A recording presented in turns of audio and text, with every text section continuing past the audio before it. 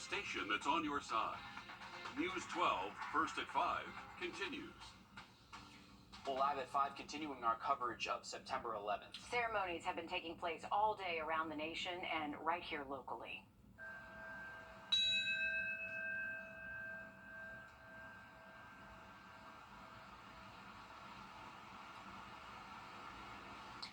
And the ringing of the bell at Ground Zero this morning for every victim who lost their life on September 11th, 22 years ago today. There was also a moment of silence at 10:28 a.m. at the World Trade Center.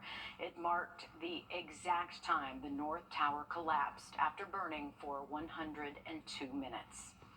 Today at the Pentagon, an American flag was unfurled, and Defense Secretary Lloyd Austin took part in a wreath laying to honor the nearly 200 lives lost there. The men and women of the Department of Defense will always remember. Now, while ceremonies were taking place elsewhere in Shanksville, Pennsylvania, relatives left flowers at the memorial wall for victims of United Flight 93. That flight crashed when passengers tried to overtake the hijackers. Now, after the attacks, former President George W. Bush took to TV for a presidential address. He spoke to Americans and gave us hope that our country was still strong after the attacks. Terrorist attacks can shake the foundations of our biggest buildings, but they cannot touch the foundation of America.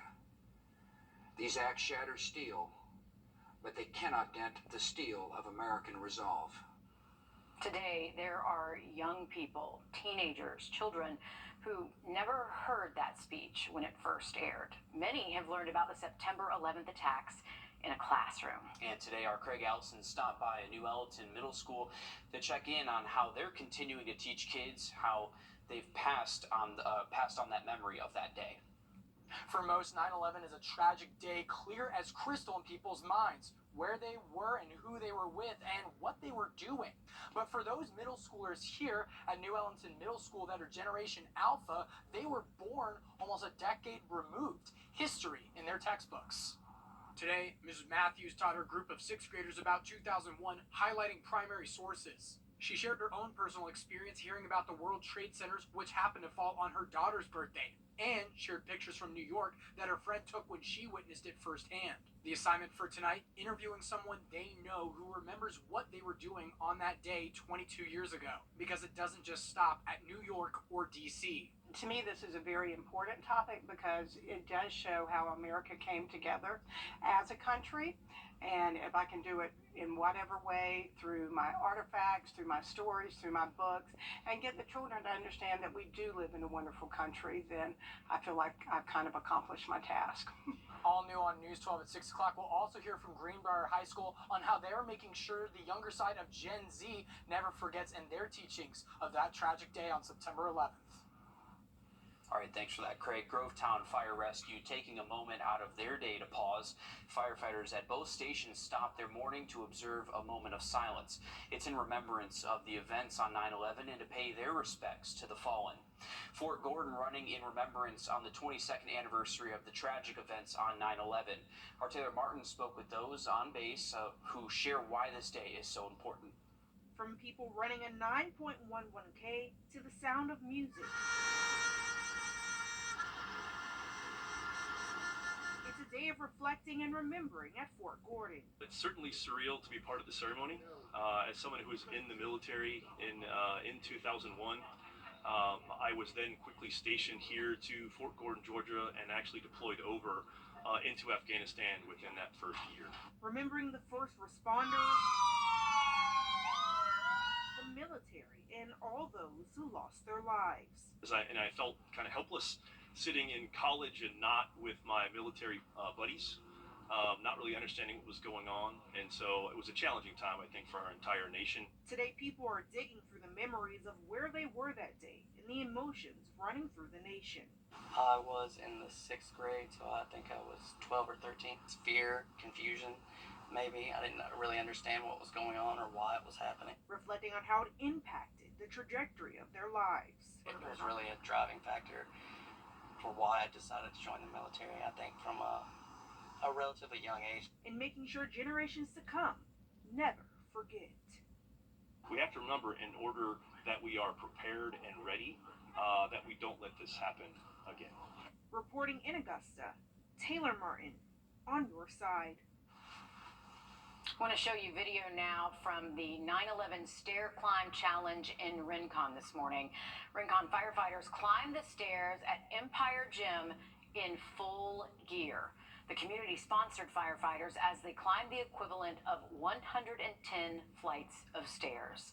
All donations were given to the Rincon Fire Department. Awesome to see those men and women doing something like that. And, you know, even going back to the day or where we were that day, it's something that we share that's so different. Right. You know, I don't even remember that day. I think I was 3 years old when that happened. So it's just going back to Craig's story, you know, teaching that next generation is super important. And for those young teachers, too. Right. Who may not even remember it themselves. Right. Who are probably my age. Right. We aren't that different. I mean, we joke about our age difference, but I was about to fly out for a job interview and all the planes were grounded. So I ended up getting a U-Haul and driving to Iowa for my very first job in television news. So I started my career on the day. So for me, it's not the worst day because my career was born on a day out of such tragedy. So I try to look at the positives of it. But the two of us being so different in age and having such different experiences with it, it goes to show you that we really need people to pass on what happened, like that teacher Absolutely. that Craig spoke with. And seeing those artifacts are just so important to teach that as well. Yeah, it makes it more real for the students, Riley.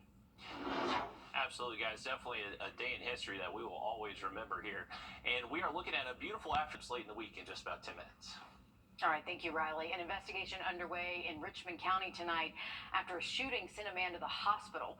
We're told it happened on Kindling Drive, just before 7 this morning.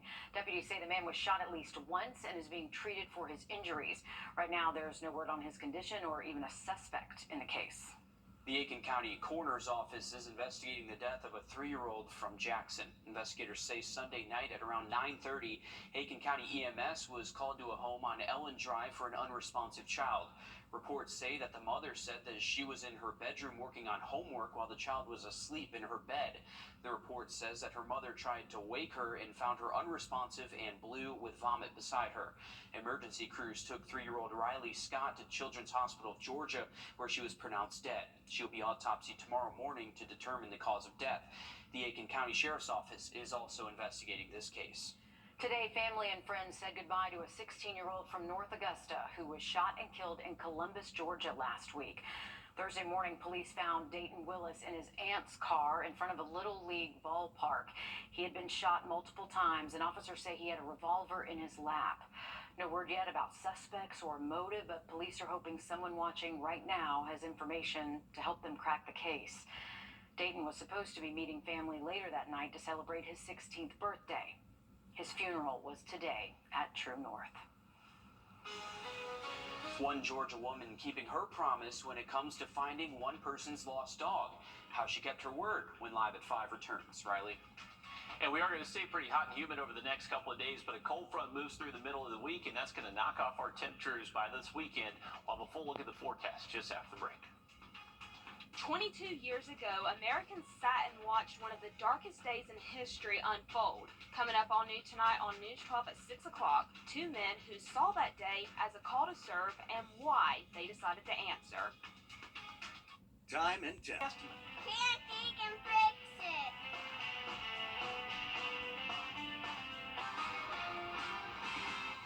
Well, breaking news, the Jefferson County Sheriff's Office and the GBI are asking for your help when it comes to the murder of Kaya Shields. It happened at her home in Rennes on August 26 at around 1 a.m. If you recognize this vehicle and the person in it, they're wanted for questioning by the Jefferson County Sheriff's Office. Smartphones can already do some pretty amazing things, like taking high-quality photos and videos, showing what furniture will look like in your house, and giving you real-time traffic information to get you around traffic jams. But as our consumer tech reporter Jamie Tucker shows us, new features coming next week are nothing short of mind-blowing. How many times have you needed to share your contact information with someone new and you have to get their number, text them, they have to add your name to their contacts, and then you have to do the same thing? It's going to be a lot easier in iOS 17, and Android fans are going to say, we've had this all along, but it's called Name Drop. All you'll need to do is bring your phones close together and tap. You'll need to turn on AirDrop on both phones. Just tap the phones, choose what you want to share. You can also share contact information, photos, and videos. Point and Speak is a new accessibility feature for anyone needing some help identifying a product or reading a label. You simply aim your camera and point and let Siri identify it for you. Very helpful for finding the right medication or numbers on the stove. Stickers are easier and more fun to use. Apple's making it easy to save ones you use often and stickers you create. Get this, open any photo and hold down your finger on the object, like a cat. Add some flair to it and hit save. Now you can send anyone your cool cat sticker and use it often. And CarPlay gets a new feature. Anyone in the car and connected to CarPlay over Bluetooth can take over the DJ duties and play what they want just by scanning a QR code. You want to listen to Jimmy Buffett, but the kids can quickly queue up Doja Cat. They'll need your permission, of course. There's also going to be a few new features that are not ready on release date. That includes a new journal app that allows you to create a daily diary of photos and memories. That one's going to be great for new moms and dads. That's What the Tech. I'm Jamie Tucker. Well, it's the week that causes a rift, and no workplace is immune in our corner of paradise, nor is it at home in some cases. Alyssa Lyons brings us the latest on the clash of two SEC East giants. It's Border Bash Week, and the age-old rivalry is on, so let the smack talking begin between neighbors, friends, spouses. The Dogs have had bragging rights for a while now. The last time the Gamecocks won was in double overtime in 2019. Georgia has won by double since then. And it's the same tune they've been singing this season. Georgia has outscored their opponents 93-10. That's through 2 games. Quarterback Carson Beck already halfway to 1,000 passing yards, and he didn't even play every snap. This will be their first SEC matchup. Kirby Smart may have some scheduling regret walking into a battle against South Carolina. We have more size than the team we've played, so it's tough evaluation. We usually evaluate it based on effort, how hard you play, how hard you strain. Those guys, we've played a lot of guys up there, so nobody's played a large amount of snaps. Defense could still be without Javon Bullard. He left Saturday's game with an ankle injury. He didn't practice today, and they won't know his status for Saturday until Wednesday. There's plenty of action here to hold you off until the big game. Here are your choices for game of the week. It's going to be either Harlem at home, a Brickyard battle with Laney, a crosstown matchup at Westside, or you could see Barnwell take on Aiken. Aiken and Barnwell have my vote. Last time I checked, Thompson was winning, so be sure to cast your vote. All right, thanks for that. He's going to say it. We had to bring up that she mentioned that South Carolina is an SEC giant. Maybe a little bit of a stretch, but we'll see after this game this weekend. We got a great now. We'll chime in a little bit over here. Yeah. We'll have the ability to see the space station tonight. We'll let you know how you can see it coming up after the break. I'm Chip Lewis with Augusta Medicare Specialist. The Medicare enrollment process can be overwhelming. Let us take that burden off your shoulders. We're local, and we're here to help. Don't wait till you're 65 to call. Are64.com.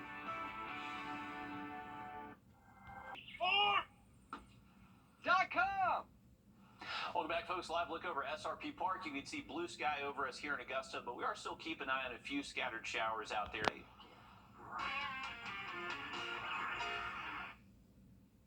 All right, what do we got? Looks like 64 yards to the pin.